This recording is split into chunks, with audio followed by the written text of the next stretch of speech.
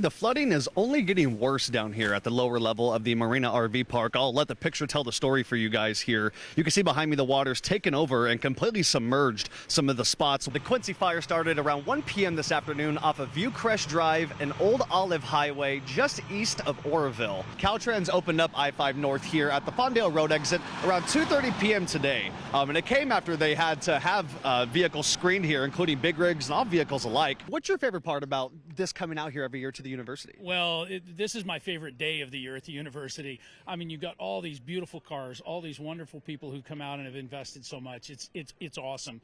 We just love it. The students love it. The community loves it, and it's just a great day out here.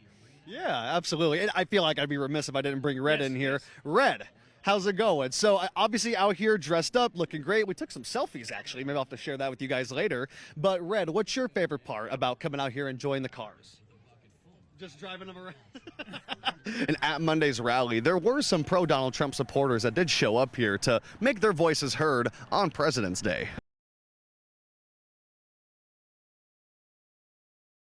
Mary and George Passidakis tell me that they want to add shaded spots, obstacle courses, and picnic tables here at the Benton Dog Park in Redding. They say that this was a place that Athena not only cherished, but grew up in.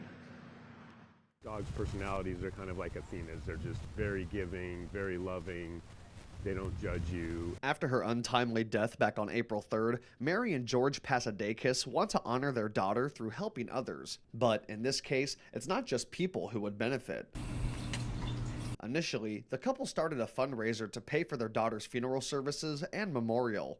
But now, they want to honor Athena's memory at Benton Dog Park, not only through a memorial, but with upgrades to the facility. Her mom has a gathering space in mind, while her dad wants a plaque with a picture of Athena along with her story. We're a very active family, and we would do a lot of hiking and camping and trips, and Athena's preference was always let's just go to the dog park. Upgrades to the park wouldn't just be for big dogs, but for the small ones as well. Her parents say Athena would bring dogs to Benton when she would pet sit at least once a month, along with the family's dogs.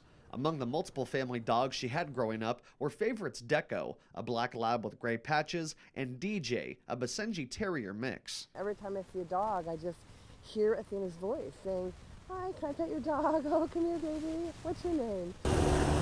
Even with discussions only recently beginning, Mary and George say the city of Redding is already planning for the upgrades. One of the dog's park's visitors told me they would welcome the changes. It's fantastic. And it's something that the community really should support because this is a good dog park. Right now, the family hopes to raise $40,000 for the upgrades by May 31st and have already raised more than $16,000. Let's not be afraid to fail. Let's just live. And that would be the message I think she would want to send everybody. And Haley, I actually just saw George a minute ago here before I went live, putting up these signs honoring Athena, but they have the QR codes right here in the middle where you could scan this on your phone. It'll take you right to the page where you can donate to help with the dog park upgrades. Reporting live in Redding, I'm Blake Mayfield, Action News Now. It didn't get diagnosed until I think early November, and it could have been diagnosed in April if somebody had just touched me. Jeannie Curry is speaking out after she says the Shingletown Medical Center delayed care for her lymph nodes for months, only for her to find out 7 months later that she had lymphoma. It's getting to be more painful every day because it's in my neck and down in my shoulder. Curry is just one of a few people who've emailed Action News Now recently concerning the medical practices at the Shingletown Medical Center. Curry says her concerns about care, referrals not getting sent, and paperwork being lost were all ignored by the staff. She told me that if I wasn't happy with the service, I could just go. When I started working there, I filled out all the paperwork for myself and my children and my husband. My paperwork was lost 3 times. Quita Gentry is a former employee at the Shingletown Medical Center. Gentry says she only worked there for 3 weeks in July of 2022. She says she resigned out of fear of losing her license due to what she called the facility's illegal practices. I said, so you had no formal training of how to draw blood? And they said, no, we don't need it. We can do what we want because nobody's going to say anything to us because nobody comes up here. Gentry says she resigned after finding out her position was not full-time and that the office did not have a medicine coordinator program. Gentry says that while she did not see expired vaccines be administered, she did say that HIPAA laws were constantly violated. I watched her take the child's referral and put it at the bottom of a stack of easily 300 referrals and say, F this B. I can't stand her. I'm not doing her referral. But that wasn't all. Another former employee at the facility who wanted to remain anonymous told us in an email she saw expired COVID vaccines be given to patients. She says she reported this to the California Board of Nursing, but does not believe they did a thorough investigation. Gentry tells me she never saw anyone administer an expired vaccine, but Curry says she did observe a pretty suspicious sounding exchange. Something crazy like, oh, we got extensions for that vaccine.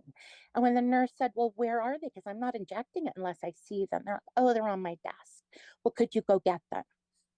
Okay, just ask another nurse to inject this expired vaccine, which she wouldn't do. I took their concerns up the hill here to the Shingletown Medical Center, where the office's CEO tells me they're just allegations. Shingletown Medical Center CEO Tammy Frazier told me off camera that there is no truth to Gentry and Curry's claims about expired vaccines, adding that the facility would be closed if the rumors were true. In a statement, Frazier said that the California Board of Nursing found no deficiencies in the medical center's batch of COVID-19 vaccines. But the anonymous former employee says if that were the case, Curry would not have her story to tell. I hope the CEO and her two managers get fired. I keep hearing that, oh, we can't get qualified people. Then shut the clinic down. Everybody needs to be fired, and they need to just hire a whole new crew of people to come up that cares about this facility. Reporting in Shingletown, I'm Blake Mayfield, Action News Now. Just in the last week, the dogs have been packing up over there and attacking, coming on my property, getting into my trash on a daily basis at night. Jason Steele moved from Texas to Rackerby a decade ago. For a better part of that decade, Steele has lived off Vieira Road with his two dogs. But recently, Steele says one of his neighbors is letting a pack of aggressive dogs run loose. They came and attacked my dog and bit her in 7 different spots that I had to go take to the vet and cost me $631. And even the vet said that this was a really bad dog attack. Steele thinks his neighbor owns about 25 dogs due to how many kennels they have, along with how much noise the dogs make at times. High-end dogs such as blue hounds, jagged terriers, Great Danes, pit bulls, you name it. We reached out to the Yuba County Sheriff's Office to see what they had to say about Steele's complaints. The Yuba County Sheriff's PIO, Katie Goodson, told Action News Now in a statement that their department was not contacted until days after Steele's dog got attacked. She added that the neighbor whose dog injured Steele's dog assured the department that the fence was being repaired and the dogs would no longer get out. Steele, however, doesn't believe the sheriff's office is taking this seriously. They told me that they don't want to deal with this because I live so far away from everything that they don't feel they want to spend the time or the resources to come combat this problem. And while Steele's hopeful the Yuba County Sheriff's Office can help him out in his current predicament, he's also looking for someone to be held accountable for the attack on his dog and is looking for someone to help him pay his $631 vet bill, as he feels the situation should have never gotten to that point. Reporting in Rackerby, I'm Blake Mayfield, Action News Now. I'm here today in Hayfork Park, where the Hmong community has gathered to unveil a new statue that commemorates those who lost their lives fighting in the secret war. Welcome everyone to join the Hmong American resident of Trinity County as we celebrate and commemorate Hmong refugee history this morning. The Secret War was a covert CIA operation from 1961 to 1975 that used Hmong men and boys to fight against communism in North Vietnam. The CIA began recruiting the Hmong people in 1961 to help fight the spread of communism in Southeast Asia, the Hmong's homeland. Some soldiers were as young as 10 years old. General Van Pao was the commander of the CIA's secret war in Laos. Nang Chu Vang, one of General Pao's sons, was a guest speaker at Friday's ceremony. Vang through his translated speech, described how proud he was of his people for reaching a moment like Friday, after all their previous generations had been through. The Hmong community also used this event to help bring in the Hmong New Year, which takes place every year around Thanksgiving and Christmas here in the U.S. The secret war plaque is in place in Hayfork Park. Hmong people from all over California, the state with the most Hmong living in it, gathered at Hayfork Park to pay respects to those who fell in the conflict. One Hmong speaker even came all the way to Hayfork from Oklahoma. Trinity County Supervisor Liam Goggin also spoke at the ceremony. This park will be here looking great for years to come. The Hayfork VFW post planted an American flag and Veterans of Foreign Wars flag next to the new statue. Hmong food was served to those in attendance.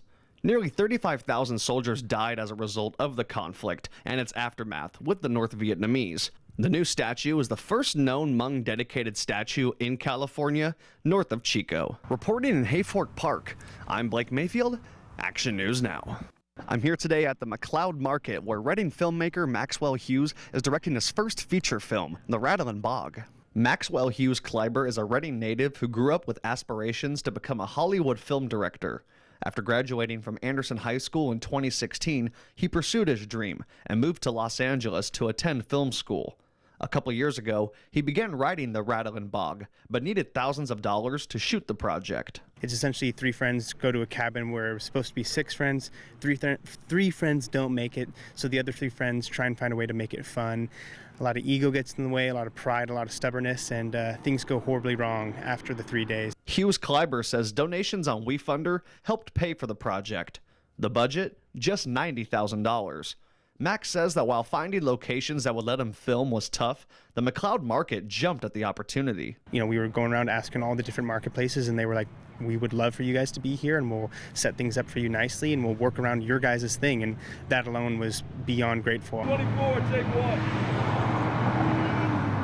Hughes Kleiber says The Rattling Bog is a psychological horror comedy that pokes fun at horror movie tropes, similar to Cabin in the Woods.